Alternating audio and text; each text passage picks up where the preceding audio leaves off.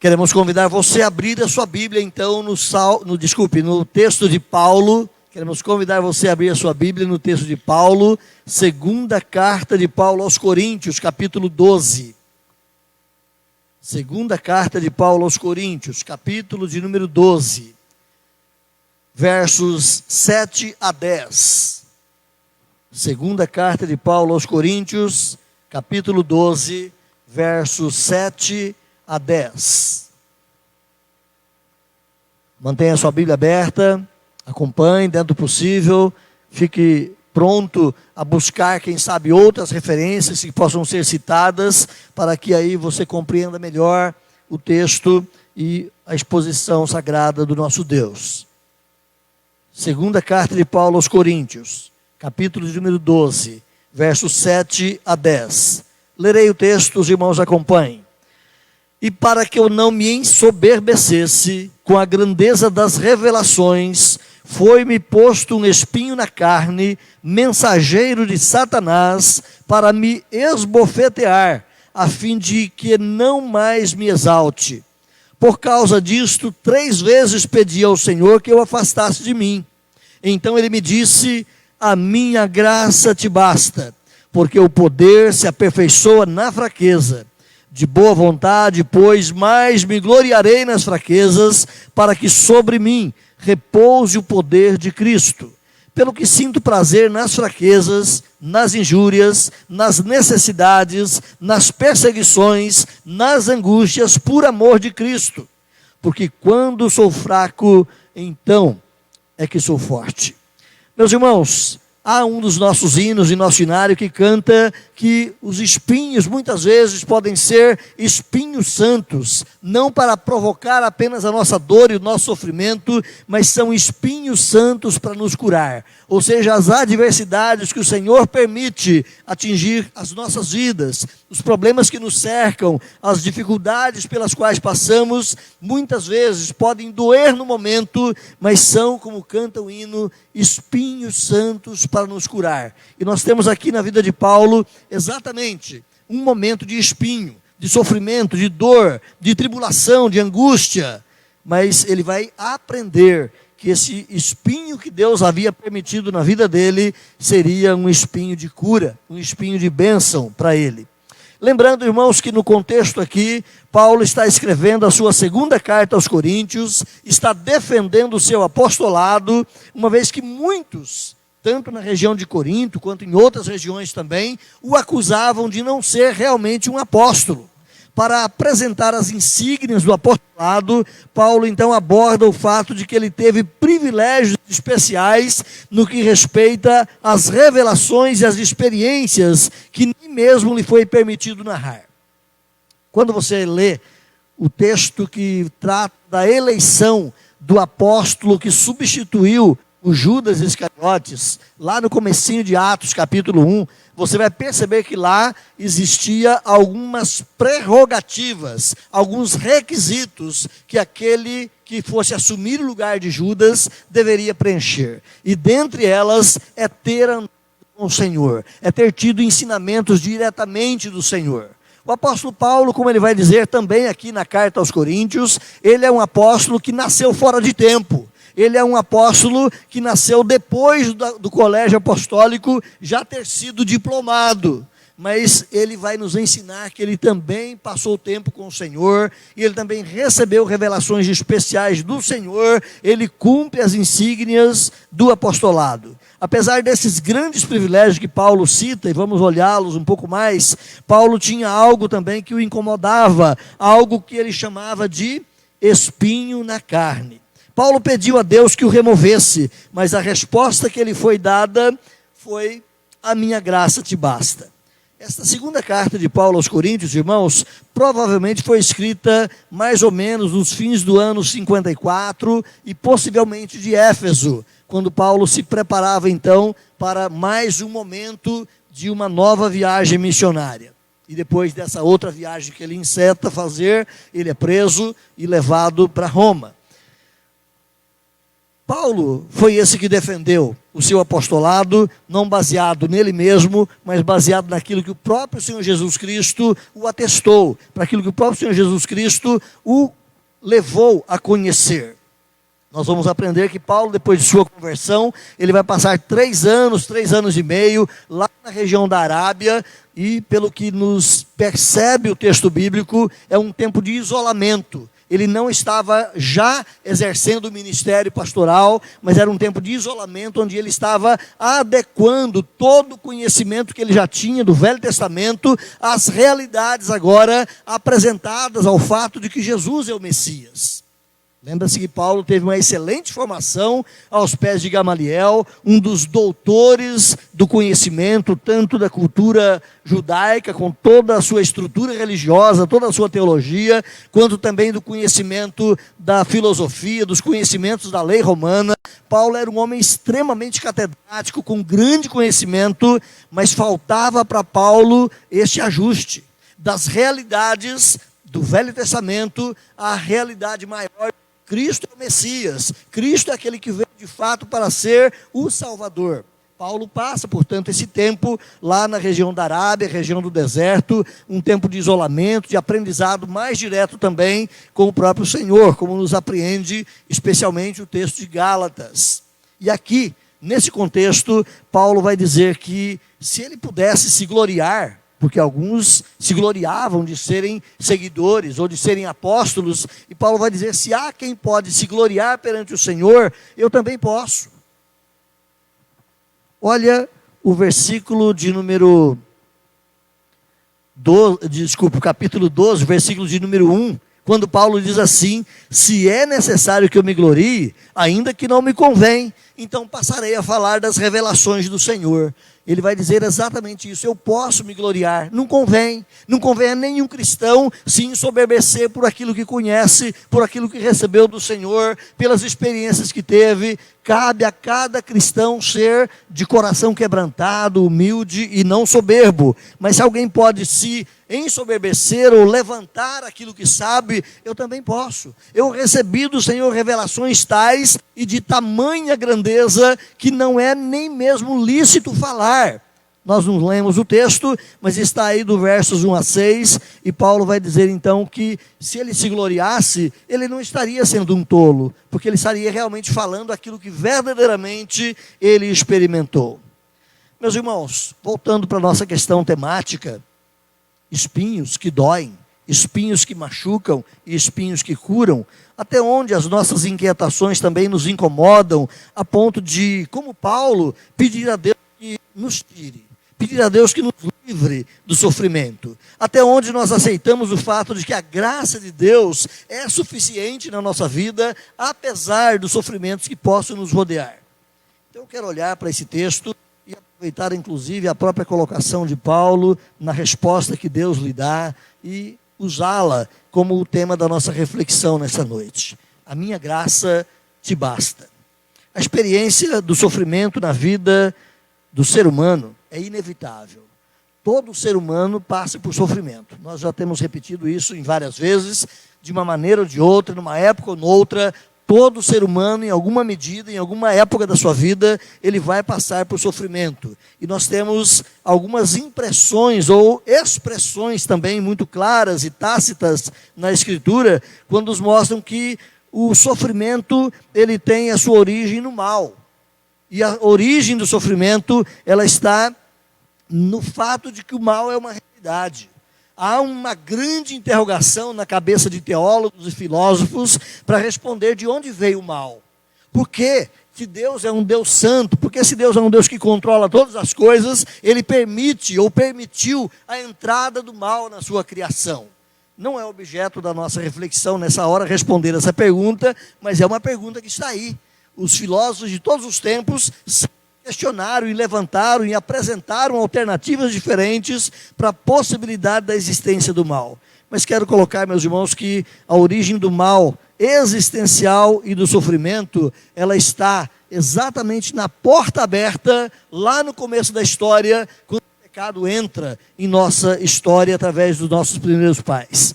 A intenção não é abrir aqui uma digressão filosófica ampla para que a gente questione tudo isso, mas apenas apontar o conceito teológico de que a queda de Adão e Eva é o grande ponto responsável pela existência de todo o desequilíbrio em todas as esferas da vida, em todas as áreas do nosso ser ou do nosso existir. As Escrituras, meus irmãos, apontam para o pecado como um fato gerador da morte.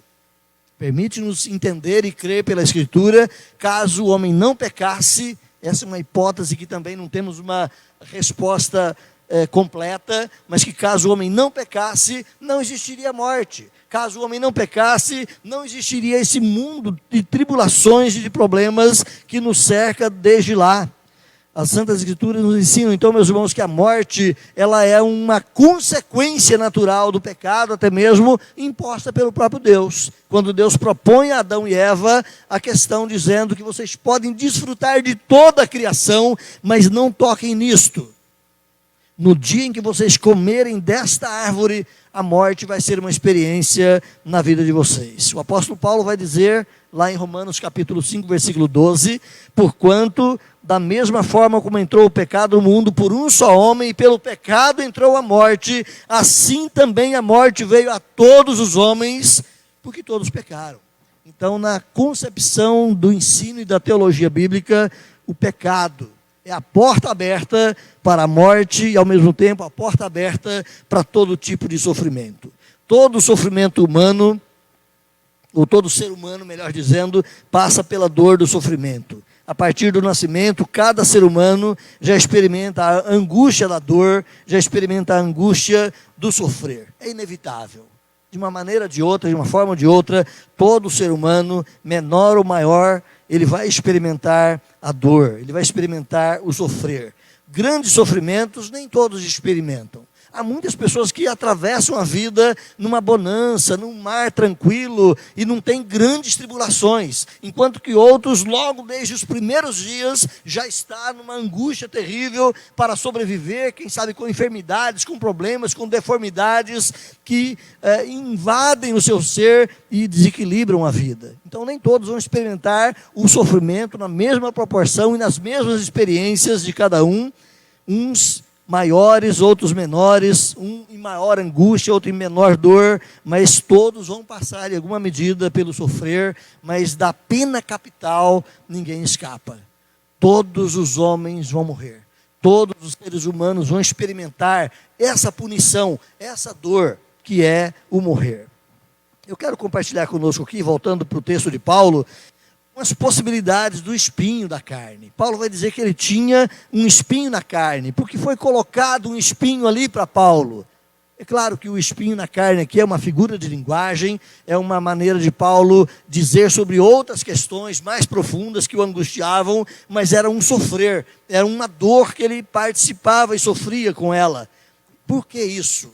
Versículo 7, você pode acompanhar aí, o versículo 7 ele diz, para que eu não me ensoberbecesse, para que eu não fosse alguém soberbo, para que eu não fosse alguém cheio de vanglória, de glória própria, para que eu não fosse alguém ufanado, empavonado, achando que sou melhor que outros, para que tal não acontecesse comigo, por causa da grandeza das revelações que eu recebi. Foi-me colocado um espinho na carne. Paulo vai dizer que ele era como que um mensageiro de Satanás para o esbofetear, a fim de que ele se mantivesse sempre cabisbaixo, sempre quebrantado e sempre humilhado. Então quero colocar aqui algumas possibilidades que ao longo da história, grandes pensadores, teólogos entenderam ou procuraram dar uma resposta a isso. Tertuliano de Cartago foi um teólogo lá dos idos de 155 até 222, ele era no norte da África, e ele vai dizer que esse espinho na carne de Paulo era um problema terrível que Paulo poderia ter com fortíssimas dores de cabeça. Lembra que o Tertuliano estava lá, anos 150, ainda próximo à história de Paulo, de onde ele tirou as suas asseverações, as suas conclusões para dizer que era fortes dores de cabeça. Talvez a história da época caminhasse com essas informações que chegou até ele. Ele estava apenas cerca de 100 anos, ou um pouquinho menos até, distante de Paulo. Um outro teólogo, um pouco mais adiante da época, foi João Crisóstomo. Ele viveu no 3º século, do ano 347 até o ano 407, e ele morou em Antioquia, na Síria. E ele dizia, junto com Jerônimo da Dalmácia, eles acreditavam que o espinho na carne também eram fortes dores de cabeça. Então existia essa corrente. Aí por uns 200, 300 anos na época, existia essa corrente de pensamento que talvez a história viesse contando e registrou-se isso, e esses grandes teólogos guardaram essa informação. Um pouco mais à frente, ou cerca de 1000 anos à frente, Martinho Lutero, o grande reformador, ele pensava que o espinho na carne de Paulo era por causa das constantes perseguições que ele sofria, especialmente pela presença inóspita e inimiga de judeus que sempre estavam agonizando, infernizando, trazendo tribulações para Paulo.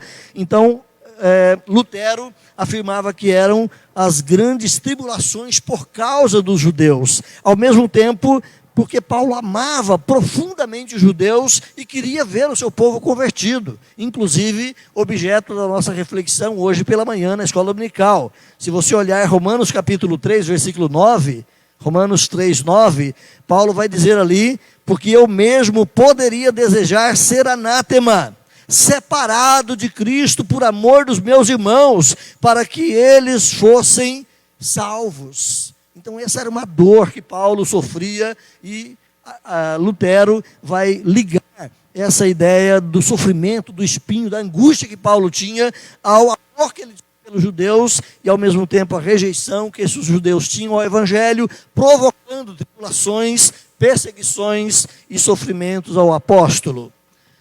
Joseph Lightfoot, ele viveu em 1828 até 1889, ele era de Liverpool, na Inglaterra. Ele foi um dos revisores da Bíblia King James, é uma Bíblia extremamente conhecida, especialmente no meio inglês, nos países de fala inglesa.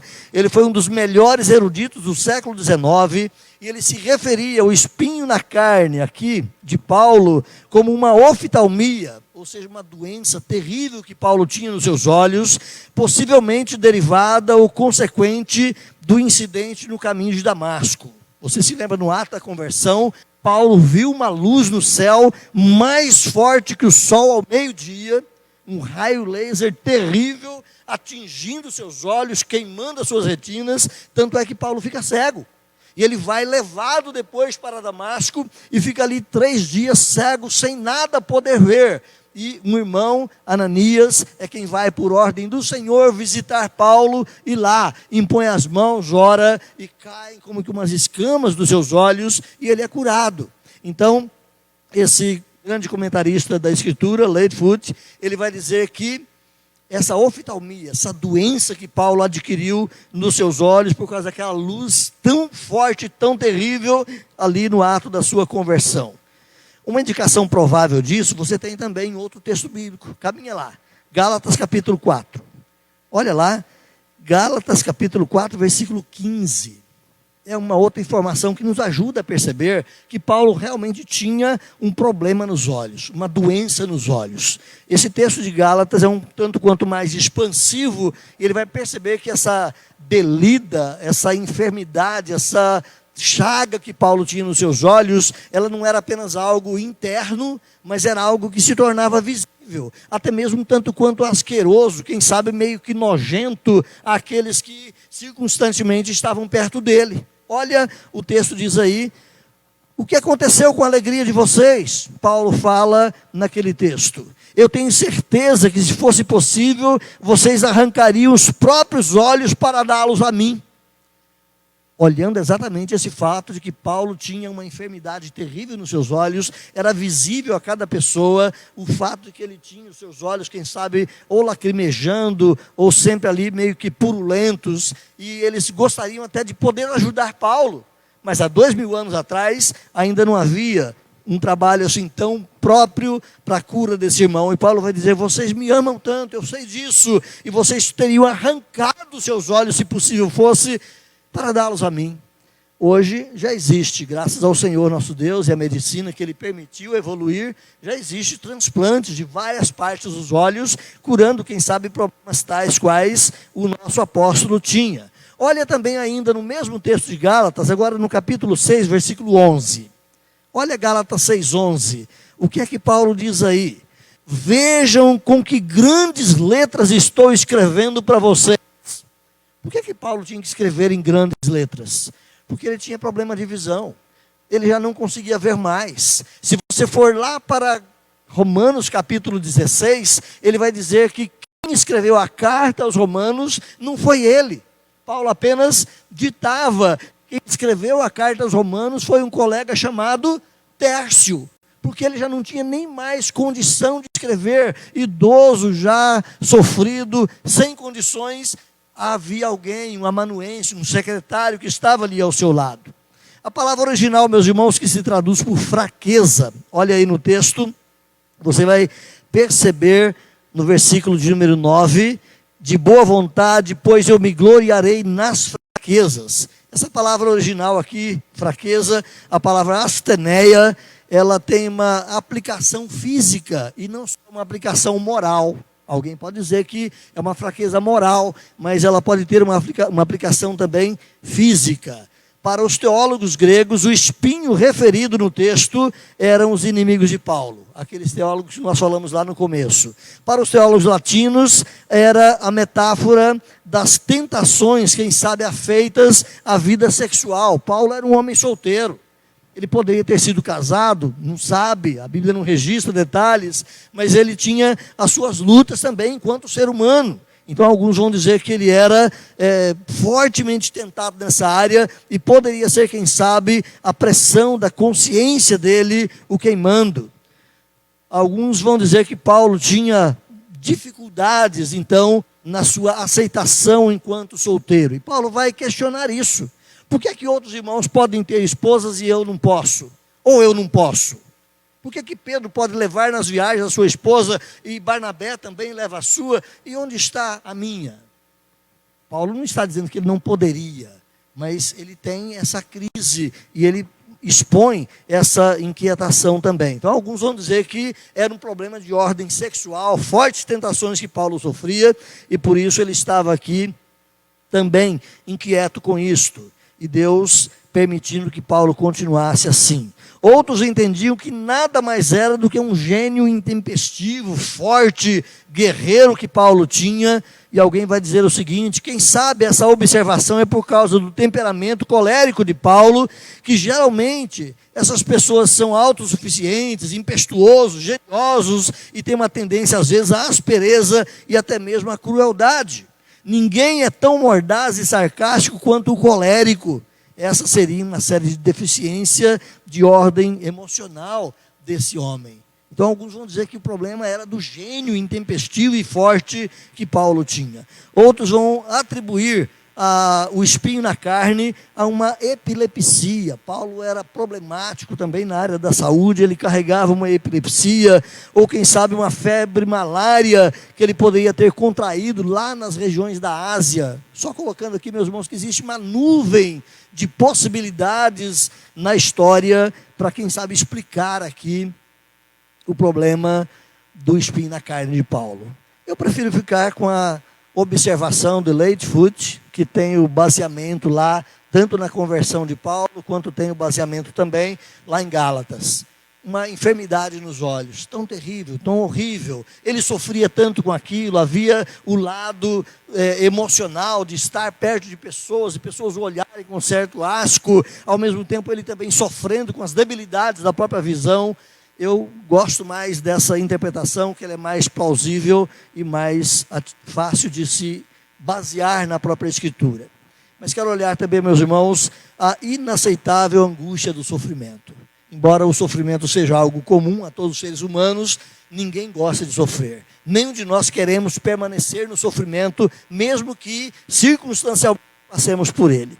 Então existe uma reação normal diante do sofrimento, e essa reação é rejeitá-lo, é não aceitar o sofrimento. Mesmo havendo quem veja alguma espécie de prazer no sofrimento, ou no próprio, ou dos outros, existe aqueles que gostam de sofrer como os sádicos, ou gostam de ver os outros sofrer como os masoquistas. Essa conduta é sempre vista e entendida como um desequilíbrio. Não é normal. Ou você gostar de sofrer, ou você gostar de ver o sofrimento alheio. Não é normal. O ser humano é bem equilibrado essas tendências. Então, qual é a sua reação natural diante da dor? É gostar da dor? Não, é rejeitá-la. Todos nós, em pleno equilíbrio da vida, nós queremos rejeitar a dor. Se é dor física, nós procuramos um remédio para que nos alivie, ou um tratamento que dissipe aquela dor. Se é um problema de ordem psicológica, nós procuramos um psicólogo, um psiquiatra, alguém que nos ajude também a equilibrar os nossos pensamentos, a nossa estrutura, para que nós não soframos tanto assim. Se é problema espiritual, é preciso buscar Deus. Então a dor, seja ela a origem que for, a causa que for, ela não é bem-vinda. O sofrimento, seja ele da espécie que for, então, é uma experiência avessa à própria natureza humana. E nós, naturalmente, em sã consciência, diante do sofrimento, procuraríamos uma maneira de esquivar dele. Por isso que Paulo aqui está sofrendo, está doendo, está inquietando, e ele quer sair do sofrimento. Então a rejeição de Paulo diante do espinho na carne é uma rejeição natural e própria a qualquer ser humano. Volta para o texto. Versículo 8. Paulo sofria, diz ele aí no versículo 7, ele tinha esse espinho na carne, esse mensageiro de Satanás que o esbofeteava, e ele vai dizer no versículo 8, por causa disso pedi ao Senhor que eu afastasse de mim. Quantas vezes? 3 vezes. Ou seja, não é apenas 3 circunstanciais e fortuitas orações que ele levou ao Senhor, mas quem sabe 3 ocasiões que marcaram a vida dele. Foi tão forte a angústia que ele sofreu que ficou guardado. É possível que você tenha orado já por outras questões na sua vida, várias vezes, repetidas vezes, mas você nem lembra mais. Mas aqui no caso de Paulo era uma oração, era um clamor, era uma súplica tão forte e tão marcante que ele poderia lembrar de cada uma delas. Eu passei por esse momento e lá eu clamei insistentemente com o Senhor. Quem sabe anos à frente, de novo uma outra crise, dado o mesmo problema, e insistentemente, cheio de dor, de lágrimas, ele insiste com o Senhor. Essa é a expressão do texto. Não era aquela oração fortuita, ocasional, que eu e você possamos fazer, mas era algo realmente profundo e inquietante. 3 vezes eu me inquietei, 3 vezes eu clamei ao Senhor. Com Paulo, meus irmãos, não poderia ser diferente. Então o fato dele rejeitar o sofrimento, porque ao perceber a presença desse espinho, ele clamou ao Senhor, como dissemos, para que Deus o livrasse da dor em 3 marcantes ocasiões. A Bíblia não registra quais, em quais circunstâncias, onde Paulo estava em cada uma delas, mas ele exprime a exatidão, a força de ter sido 3 vezes, como você tem aí no versículo 8. Então, o sofrimento, ele é inquietante ao ser humano. Ninguém gosta de sofrer, ninguém quer sofrer, e Paulo também aqui se angustiava com a dor e com o sofrimento. Mas além dessa realidade, meus irmãos, temos algo melhor, mais belo e mais consolador na vida, é o fato de que Deus, mesmo permitindo o sofrimento nos atingir, Ele está presente conosco. Lembra do Salmos 23 que nós lemos? Você já tentou ler o Salmo 23 de forma inversa? Não apenas olhando para as bênçãos tão maravilhosas do Salmo, que Ele é o meu pastor, nada me falta, Ele me conduz às águas, Ele me guia nas veredas da justiça, mas olha o que é de negativo ali. Volta lá, Salmo 23, faça esse exercício comigo. Vamos voltar e olhar brevemente essa expressão do salmista, olhando o sofrimento que o salmista expressa poder ser realidade na vida dele. Se ele me leva para junto de águas de descanso, é porque a exaustão e o cansaço fazia parte da vida dele. Em algum momento ele estava extenuado. Em algum momento o salmista se sentia extremamente esgotado. E ele precisava de que o Senhor lhe desse descanso, lhe refizesse. Olha na expressão seguinte, ele refrigera a minha alma. Se ele fala que precisava de refrigério, é porque também em alguma circunstância da vida, ele estava no topo do limite, que não aguentava mais, ele precisava de algo que aliviasse a sua tensão. Ele fala mais ainda, ele me guia pelas veredas da justiça. Se é pelas veredas da justiça que Deus me guia, é porque caminhos tortuosos também estão à minha frente. O lado negativo estava ali, próximo a ele, e ele sabia que Deus o socorria. Ainda no versículo 4, mesmo que eu ande pelo vale da sombra da morte, é tão belo nós vemos isso, o Senhor está comigo, mas o vale da sombra da morte, aquele vale terrível, assustador, amedrontador, era parte da vida dele. Fazia parte da sua caminhada, ver ou conviver com a morte, ou com situações de horror e de espanto. Não temerei mal nenhum.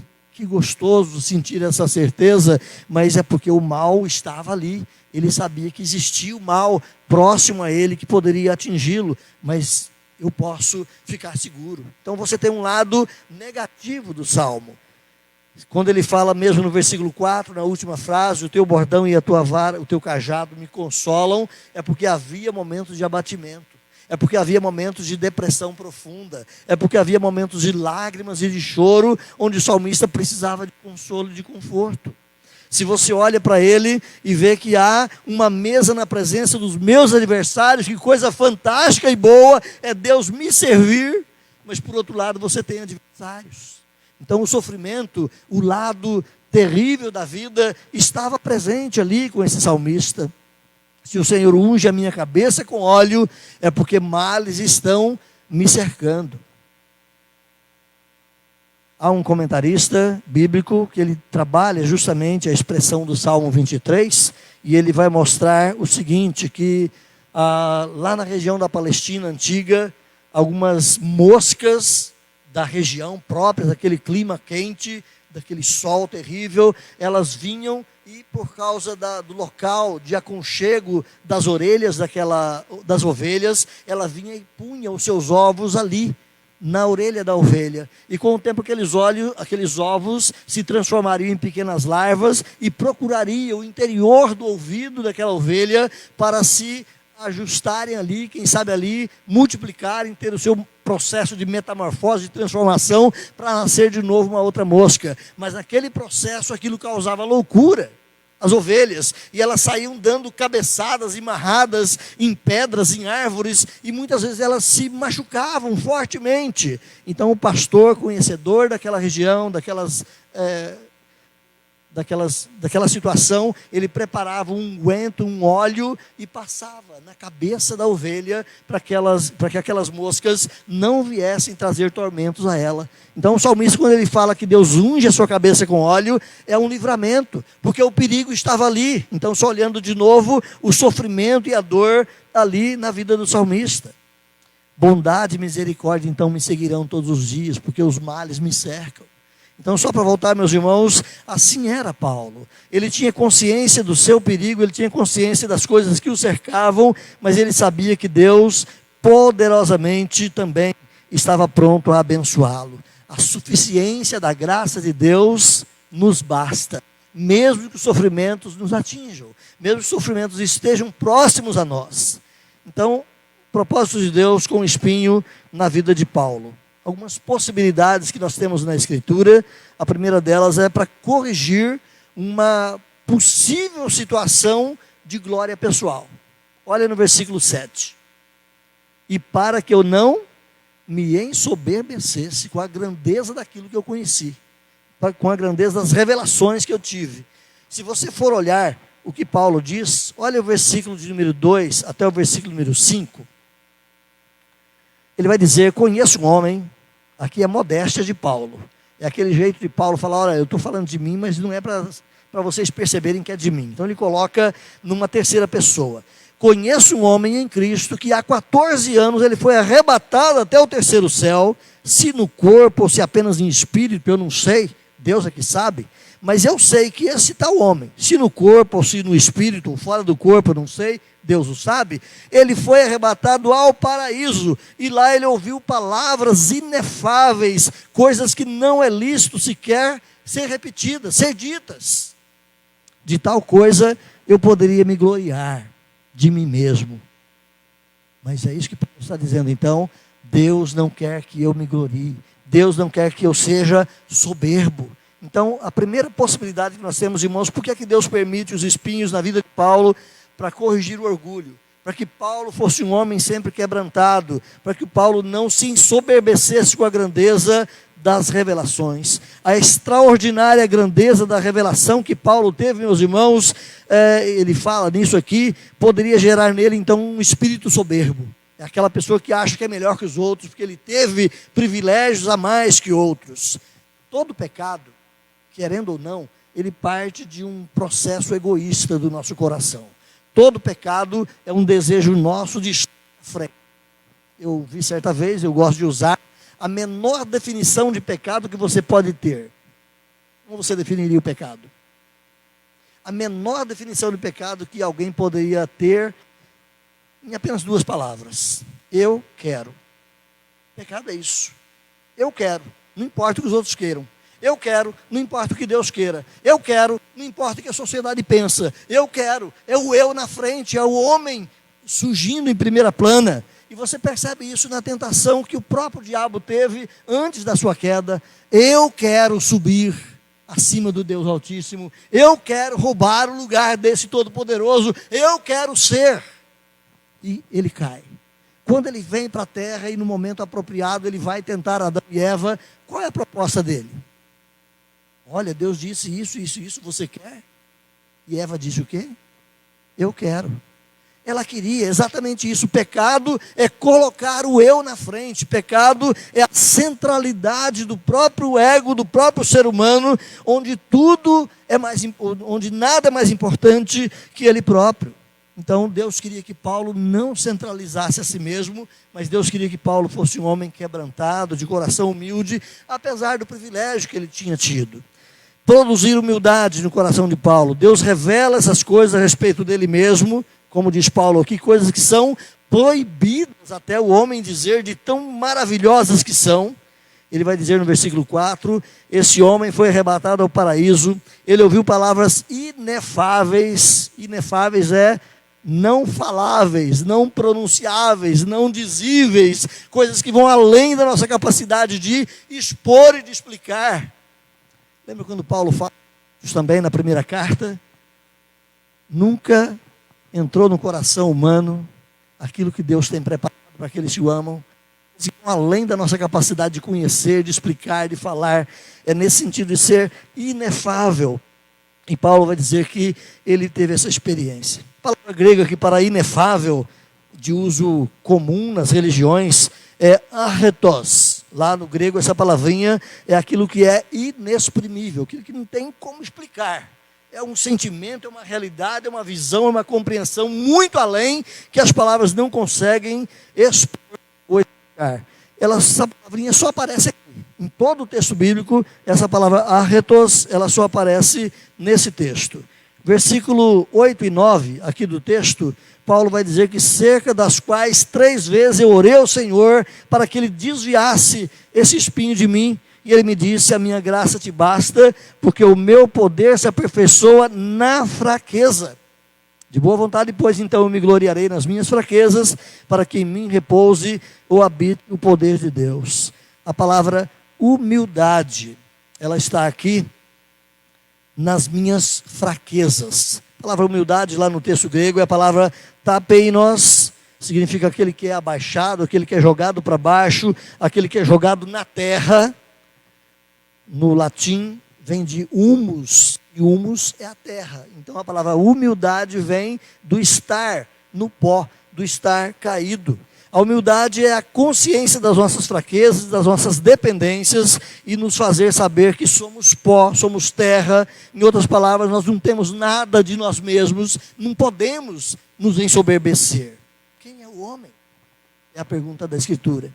Então, isso deixou Paulo mais humilde, mostrou para ele que Deus era suficiente para ele, fazendo dele uma pessoa dependente de Deus. O texto, meus irmãos, é bem claro, quando O texto fala que o anjo, ou a figura que era esse espinho na carne, ele vai dizer aqui no verso 7 que era um mensageiro de Satanás.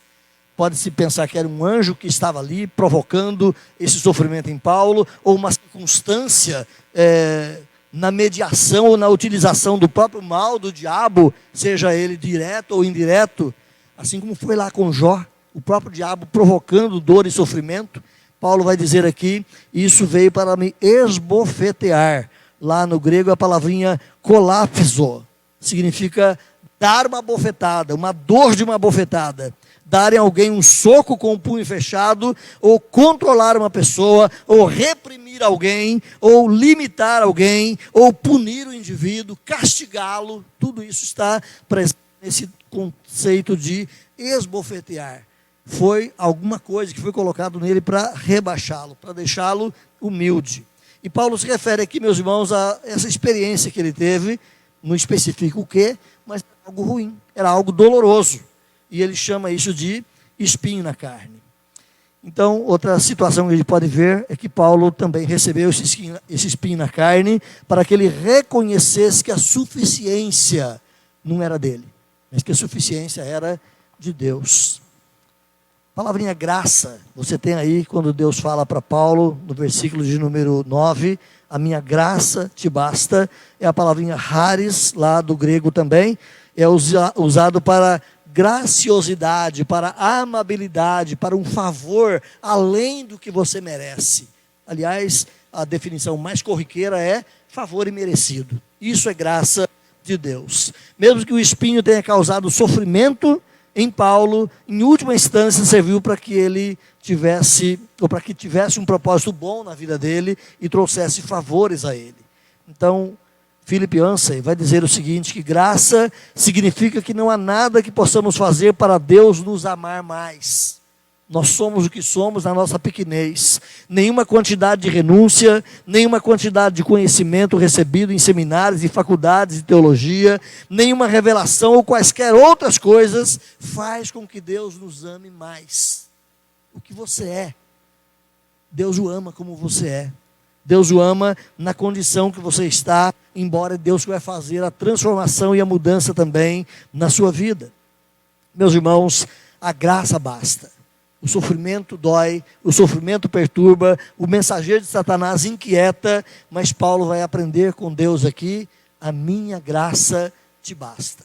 Eu quero encerrar aqui, lembrando que você pode também passar por vales e por momentos de sofrimento.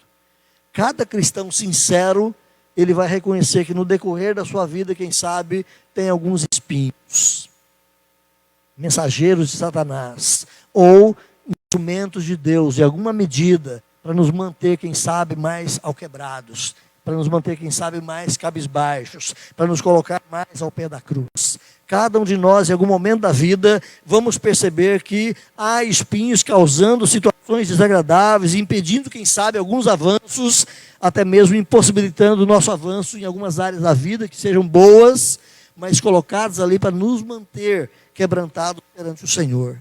Logicamente, meus irmãos, esse espinho vai redundar em benefício, porque Deus é que controla todas as coisas, Deus é que opera com todas as coisas, de modo que elas façam bem a nossa vida. A intenção de Deus em relação ao seu povo, meus irmãos, é a mesma que teve aqui com relação a Paulo.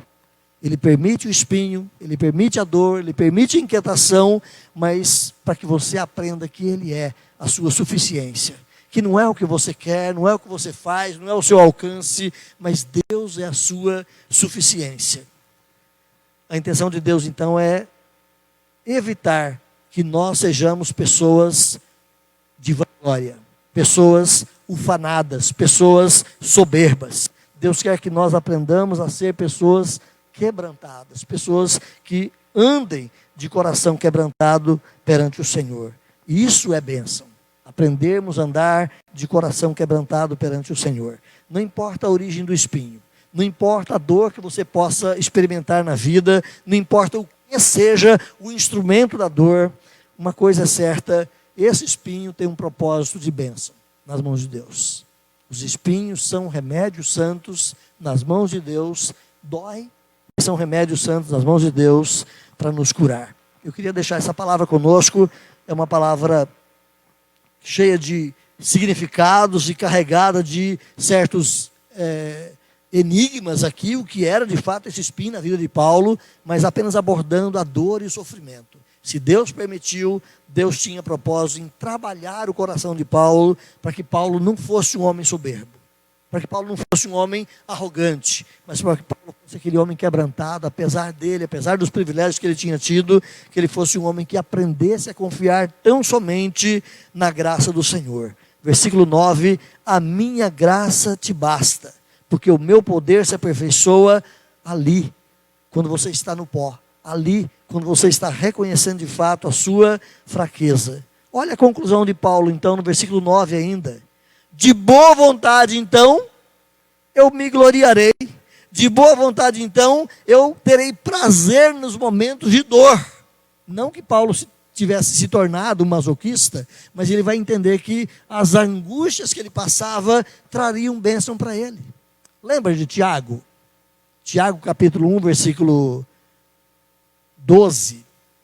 Meus irmãos, tende por motivo de toda alegria o passardes pelas provações. Fiquem alegres, mesmo que doa, mesmo que inquiete, mesmo que traga sofrimento, lembre o que ela vai resultar. Tenha como motivo de alegria. Então não importa a origem do espinho que você esteja vivenciando, não importa o problema que você esteja passando, uma coisa é certa, Deus vai usar isso para o seu bem. Deus vai usar isso para melhorar a sua vida diante dele. E Deus vai usar isso para glorificar o seu próprio nome. Deus te abençoe, Deus te fortaleça. Nós vamos estar partindo para o nosso encerramento do culto nesta ocasião e vamos cantar o cântico do hino de número 108. Esse hino, ele tem uma história extremamente focada na dor. Se você se lembra, era um homem de negócios, um homem extremamente bem sucedido no campo das imobiliárias e dos investimentos de Londres, e ele resolve mudar para uma outra região. E ele coloca a esposa e as duas filhas no navio, fica para trás para resolver os últimos acertos, e a esposa e as filhas vão à frente para o novo destino. E no meio da viagem, aquele navio sofre um naufrágio e morre as suas duas filhas. A esposa é salva, quando chega do outro lado, ela manda um telegrama, apenas com poucas palavras para ele, dizendo: estou só. Nossas filhas se foram. É um choque terrível. Meses antes, os seus negócios na cidade que morava, havia acontecido um grande incêndio, e ele teria tido uma perda tremenda de valores. Por isso ele estava mudando-se para outro lugar, para recomeçar melhor em outro lugar. Mas ele era um homem temente a Deus. E ele, com o coração quebrantado, sofrido, ele compõe a poesia desse cântico, versada ou traduzida de várias maneiras diferentes, mas expressando o mesmo sentimento de ser feliz com Jesus apesar da dor. Ele vai agora para o seu destino encontrar com a sua esposa, e no meio da viagem ele pede que o capitão daquele navio pare exatamente ali, no lugar onde as suas filhas morreram. E ele fala esse cântico, ele narra essa sua poesia. É isso que eu quero que você cante agora, nessa certeza de que, se dor a mais forte ou sofrer, pode ser o que for, se você tiver Jesus, você é feliz com ele. Vamos ficar de pé, os que puderem, e vamos cantar hino 108 aqui do nosso inário Novo Cântico.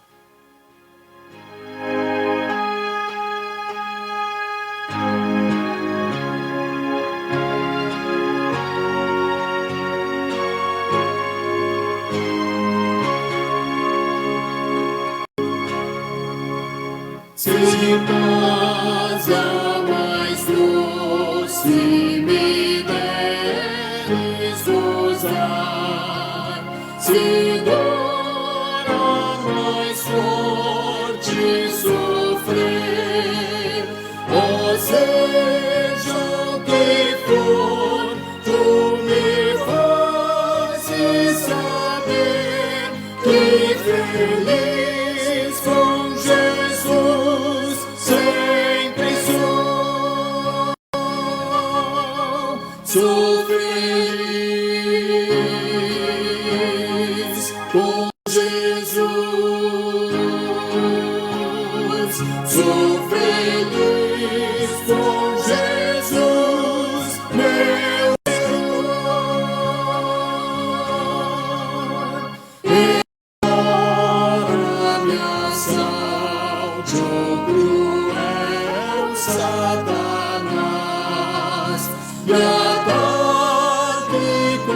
fiz tentações, ó certo eu estou, apesar de aflições, que feliz eu serei com Jesus.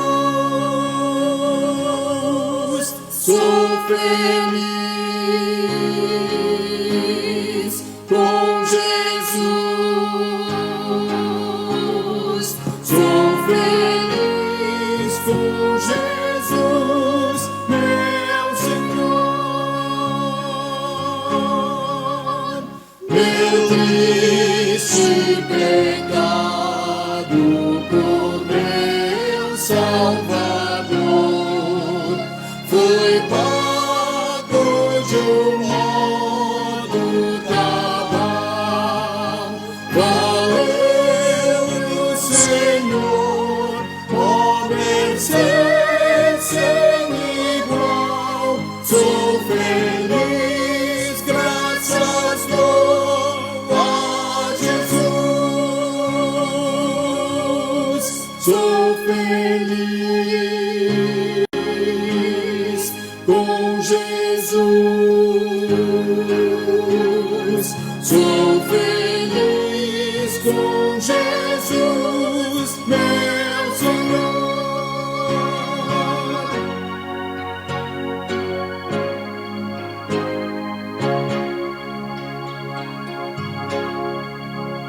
A vinda eu anseio do meu Salvador.